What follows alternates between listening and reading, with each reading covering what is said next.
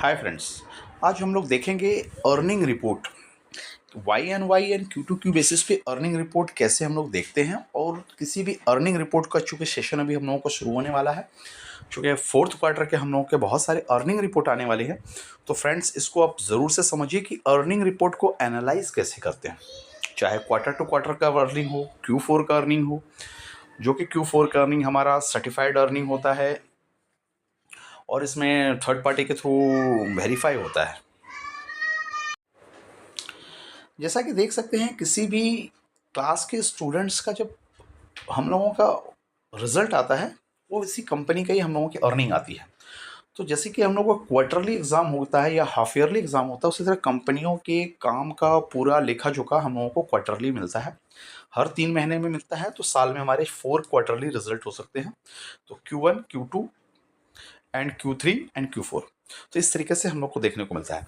तो अब हम लोग इसमें से ये देखते हैं कि एनुअल अर्निंग, अब जैसे कि वाई एन वाई बेसिस पे फाइनल अर्निंग रिपोर्ट आपकी आ जाएगी, जो कि अभी चालू चालू होना स्टार्ट हो गया है।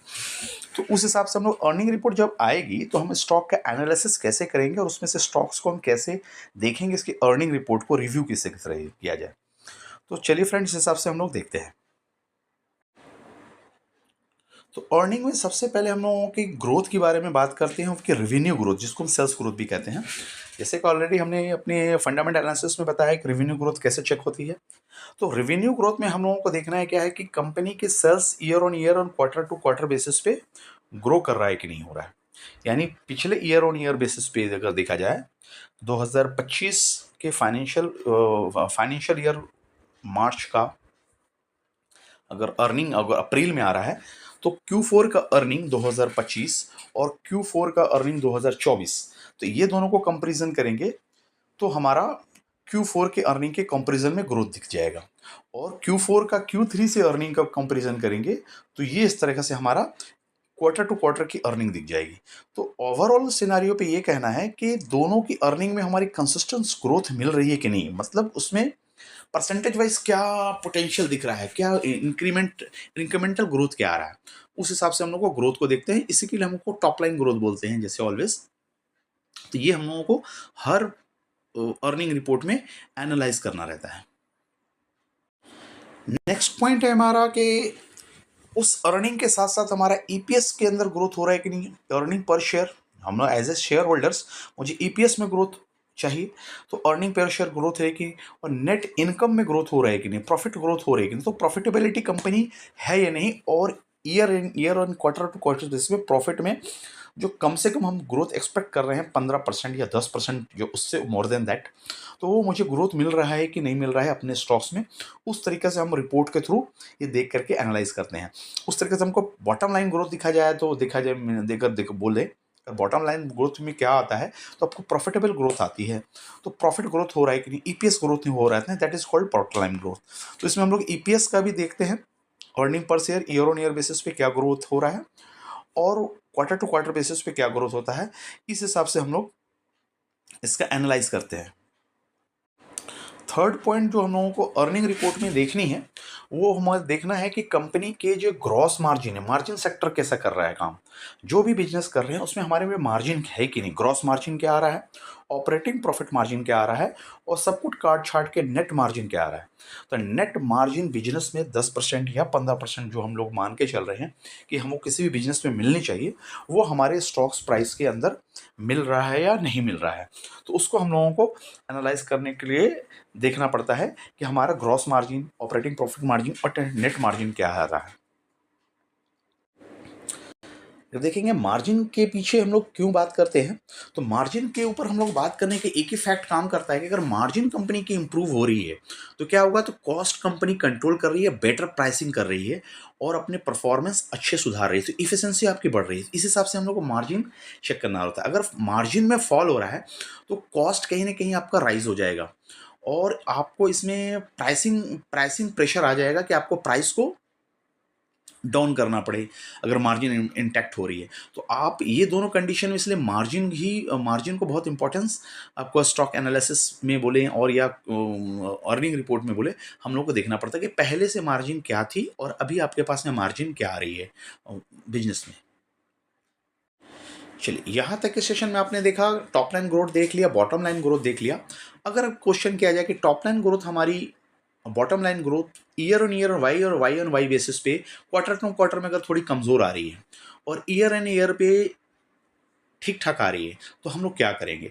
तो एक्चुअली लॉन्ग टर्म पर्सपेक्टिव से देखा जाए तो हमारा Y on where year on year basis पे जो आपकी top line bottom line growth consistence होनी चाहिए आपके स्टॉक प्राइसिंग पावर के लिए, ये एक अच्छी चीज़ मानी जाती है। अगर आपको क्वार्टरली ग्रोथ एक दो क्वार्टर खराब हो रहा है और उसके आप रिजल्ट में रिफ्लेक्ट हो रही है कि क्वार्टरली ग्रोथ में प्रॉब्लम्स है, तो आप ईयर ऑन ईयर में आपका बेटर कर रहा है, तो आप एक दो क्वार्टर और उस स्टॉक को, अपनी स्टॉक जो भी आपकी पोर्टफोलियो में, उसको एनालाइज कर सकते हैं, रिव्यू के लिए रख सकते हैं। बट आपको तुरंत निकलने का डिसीजन नहीं लेना चाहिए, क्योंकि वाई एंड वायर बेसिस पे आपको सेल्स ग्रोथ दिख रहा है, तो sales growth first of all आपके स्टॉक में होनी चाहिए। अभी तक आपने देखा हमने कि स्टॉक के इंडिविजुअल पैरामीटर पे हमने बात की थी। वो भी स्टॉक्स आप ले रहे हैं, उसकी अर्निंग चेक कर रहे हैं, तो अर्निंग आप उसके इंडिविजुअल पैरामीटर पे देख रहे थे। अब वो अर्निंग देखने के बाद मार्केट कॉम्पिटिटर के साथ में कैसी परफॉर्म कर रही है, उस अर्निंग को क्लब करके देखना पड़ेगा कि आपके मार्केट कॉम्पिटिटर के अर्निंग रिपोर्ट जो आप देख रहे हैं, मार्केट और इंडस्ट्री का लुकआउट क्या है, उसके हिसाब से भी उसको कंपैरिजन करना पड़ेगा। देन आपका गाइडलाइंस मैनेजमेंट का क्या दे रही है, उस अर्निंग रिपोर्ट में ये देखना पड़ेगा कि आपका फ्यूचरिस्टिक एक्सप्लेनेशन क्या है, फ्यूचर ग्रोथ क्या आने वाला है, और किस किस हर्डल्स को वो कंपनी फेस कर रही है, वो भी आपको वो भी आपको अर्निंग रिपोर्ट के अंदर चेकआउट करना पड़ेगा। मेजर पॉइंट की अगर बात करें कि आपके अर्निंग रिपोर्ट में कौन से रेड फ्लैग है जिसको आपको हाईलाइट करना है, या और उसके फिल्ट्रेशन के अकॉर्डिंग आपके आइज कांटेक्ट में रखना है। अगर रिवेन्यू अप हो रहा है बट प्रॉफिट डाउन हो रही है, अगर आप देख रहे हैं सेल्स आपका बढ़ रहा है, ग्रोथ आ रही है, मान लें 10% की ग्रोथ आ रही है, और प्रॉफिट में ग्रोथ 10% की नहीं है, पिछले ईयर्स और ईयर में देखेंगे 10% की थी, अभी उसमें कम आ रही है, प्रॉफिट ग्रोथ कम हो रहा है, तो इसका मतलब क्या है? इससे आप क्या अंदाज़ा लगाएंगे बिजनेस कैसा चल रहा है? इसका अंदाज़ा ये है कि बिजनेस कॉस्टिंग राइज हो रहा है, आपका कॉस्ट बढ़ रहा है, आपका कॉस्ट बढ़ रहा है, कहीं ना कहीं प्रॉफिट कम आ रही है, तो आपका मटेरियल का कॉस्ट बढ़ने की संभावना है। इसके ऊपर ये ट्रेंड पोजीशन जा रहा है। अगर प्रॉफिट अप हो रहा है, अगर किसी कंडीशन में आपने बिजनेस को एनालाइज किया और स्टॉक और उसने बैलेंस शीट के अंदर देखा, अर्निंग रिपोर्ट में, कि अगर उसकी प्रॉफिट बढ़ रही है बट रेवेन्यू फ्लैट हो रहा और डाउन हो रहा है, चाहे तो फ्लैट रह रहा, कांस्टेंट रह रहा रेवेन्यू, अगर 5,000 करोड़ का रेवेन्यू पिछले साल था और अभी भी 5,000 करोड़ का है या उससे लेस देन है, तो कॉस्ट, तो कहीं ना कहीं कंपनी क्या कर रही है, रेवेन्यू बढ़ा नहीं पा रही है, तो क्या कर रही है कंपनी, कंपनी अपने कॉस्ट को मैनिपुलेट कर रही है, यानी कॉस्ट मैनिपुलेट नहीं बोलेंगे, कॉस्ट को रिड्यूस कर रही है, बट ये एक रियल ग्रोथ नहीं माना जाएगा। प्रॉफिट तो कर रही है बट रेवेन्यू में ग्रोथ नहीं हो रही, चूंकि मेन जो टॉप लाइन ग्रोथ आपके स्टॉक में ऑलवेज आनी चाहिए, जो उसके लिए आप उसके बाद ही आप प्रॉफिट ग्रोथ के बारे में सोच सकते हैं। तो टॉप लाइन ग्रोथ अगर नहीं है और फ्लैटिस्ट है और प्रॉफिट के हिसाब से देखा है तो ग्रोथ है, तो आपके जितने भी रेशियो से अच्छे हो जाएंगे, लेकिन आपका अर्निंग नहीं आने से, आपका रेवेन्यू नहीं आने से आपका टॉप लाइन ग्रोथ नहीं मिल पाएगा स्टॉक में। एक सिनेरियो ये बन सकता है कि अगर हमारा क्वार्टर टू क्वार्टर और ईयर ईयर बोथ में आपका दोनों टॉप लाइन और बॉटम लाइन ग्रोथ में प्रॉब्लम्स हैं, तो पोटेंशियली सीरियस शटडाउन है, कंपनी की हालत की पोजीशन खराब जा रही है। इससे ये निष्कर्ष पोजीशन निकल के आता है। तो हमारे स्टॉक्स जो भी हमारे पोर्टफोलियो में है, जब अर्निंग रिपोर्ट हम लोग स्टडी करते हैं, तो उस समय हम लोगों को देखने की बात ये रहती है कि हमारे Y N quarter to quarter basis में कोई एक सपोर्टिव पैरामीटर हो। अगर शॉर्ट टर्म में एकदम इंस्टेंट लेवल पे देख रहे हैं जिसमें एंट्री और एग्जिट का मुझे फैसला करना है, तो Q2 पे देखेंगे। लेकिन अगर लॉन्ग टर्म व्यू है, वन ईयर एवव का व्यू है, हमारे स्टॉक के ऊपर है, तो हम देखेंगे वाई एन वाई बेसिस पे इसके क्या पोटेंशियल है और इसमें क्या ग्रोथ पॉइंट ऑफ व्यू से क्या है, कितने परसेंट की ग्रोथ मुझे मिल रही है। चलिए, अर्निंग रिपोर्ट से क्या एक एग्जांपल के थ्रू समझे। कोई एक कंपनी है, एक्स मान लेते हैं, और इसका Q1 रिजल्ट के बारे में एनालाइज कर रहे हैं। Q1 2025 का मतलब हम लोग देख रहे हैं, जो कि अभी आया नहीं है, मान ले Q1, ठीक है। तो उसके अर्निंग रिपोर्ट में रेवेन्यू की ग्रोथ अगर सपोज 12% से आ रही है, वेल एंड गुड, 12% का ग्रोथ मुझे मिल रहा है, लेकिन उसका ईयर ऑन ईयर पे, लेकिन रेवेन्यू ग्रोथ अगर क्वार्टर टू क्वार्टर में 8% का नेगेटिव आ रहा है, तो इसका मतलब क्या है? अगर ईयर ऑन ईयर पे 12% की ग्रोथ दे रही थी कंपनी, और अभी हमारा रिसेंट क्वार्टर में 8% का रेवेन्यू का ग्रोथ नेगेटिव है, यानी जितनी बिजनेस कर रही है तो उससे 8% की बिजनेस कम हो गया हमारा, सीजनल ड्रॉप इसके मतलब हो सकता है आपका जो भी स्टॉक्स है, जो भी बिजनेस आपने सेलेक्ट किया है, उसमें सीजनल ड्रॉप है, तो ये सीजनल ड्रॉप बहुत बड़ा मेजर ड्रॉपेज नहीं है।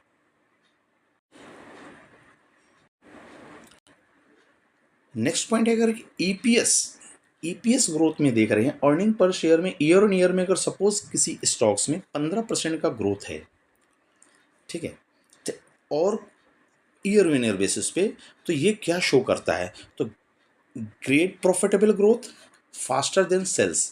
तो ये सेल्स के हिसाब से 15% की ग्रोथ है। उसी स्टॉक में हम देख रहे थे कि रेवेन्यू में 12% का ग्रोथ है और ईपीएस में 15% का ग्रोथ है, यानी सेल्स जिस हिसाब से ग्रो कर रहा है, अब उस हिसाब से स्टॉक के जो इक्विटी है, इक्विटी की ग्रो 15% हो रही है। तो सेल्स से फास्ट ग्रो कर रहा है, तो ऐसे स्टॉक बहुत इंपॉर्टेंट हमारे लिए होता है। अगर वहीं कर देखेंगे कि सेल्स तो 12% से ग्रोथ हो रहा है, बट अगर ईपीएस क्वार्टर टू क्वार्टर मुझे अगर मिल जाता है कि 5% का नेगेटिव ग्रोथ हो रहा है, ग्रोथ डाउन हो गई है 5%, तो minor slip, not a panic situation, ये एक अलार्मिंग सिचुएशन उतनी नहीं है, बट थोड़ा सा कॉन्सियसनेस है कि आपका ईपीएस के अंदर ग्रोथ नहीं आ रहा है।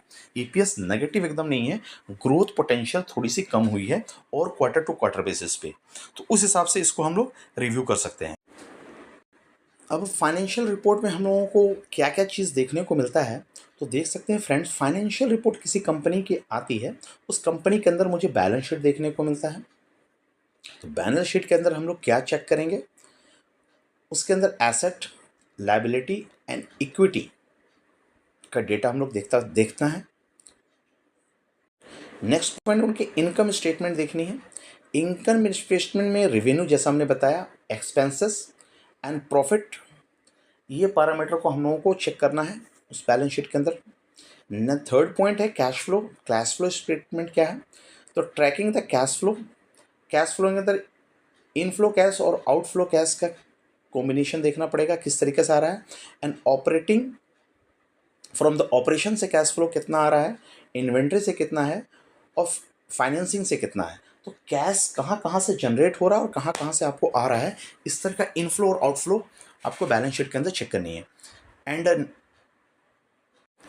नेक्स्ट पॉइंट हम लोगों को देखना है लिक्विडिटी। कैश फ्लो के बाद नेक्स्ट पॉइंट आती है लिक्विडिटी। तो करंट रेशियो हमारा क्या है, करंट रेशियो जैसा क्या बोलते, current asset divide by current liability. Current ratio क्या है, क्विक रेशियो कितना आ रहा है हमारा, वो दोनों चेक करना है कि आपको कितने आ रहा है, जैसे कि आपने फंडामेंटल एनालिसिस में देख सकते हैं। देन आपका प्रॉफिटेबिलिटी इक्वेशन, प्रॉफिटेबिलिटी में gross margin, net profit margin. तो ग्रॉस मार्जिन क्या होता है, revenue minus capital cost of goods to sell divided by revenue, आपका ग्रॉस मार्जिन आ जाएगा। Net profit margin, net income divided by revenue, आपका net profit margin आ जाएगा। तो उस तरीके से net profit margin and margin position आप लोग को चेक करना है। फाइनेंशियल स्टेटमेंट में अगर लोग देखेंगे कंपनी का, तो लेवरेज नेक्स्ट पॉइंट चेक करने की होती है। डेट टू इक्विटी रेशियो क्या है, कि total debt to equity ratio divide is equal to total liability और शेयर होल्डर इक्विटी, जो पोजीशन है इसको आपको चेक करना है कि डेट टू इक्विटी क्या आ रहा है। देन हमारा इफिशिएंसी कैसे होगा, इन्वेंट्री टर्नओवर, इन्वेंट्री टर्नओवर से हम कंपनी की इफिशिएंसी चेक कर पाएंगे। इस तरीके से फ्रेंड आप फाइनेंशियल एनालिसिस कर सकते हैं और अपना रिपोर्ट एनालिसिस कर सकते हैं। इस तरीके से आप चेकलिस्ट के थ्रू, और किसी भी स्टॉक का फाइनेंशियल रिपोर्ट को स्टडी करना है या उसके बारे में कुछ रिव्यू करना है, तो कमेंट्स में लिखिए और सब्सक्राइब कीजिए, कमेंट्स कीजिए और लाइक कीजिए, और कोई भी क्वेश्चन है तो कमेंट्स में ज़रूर लिखिए। थैंक यू फ्रेंड, मिलते हैं अगले वीडियो में। Thank you, bye bye.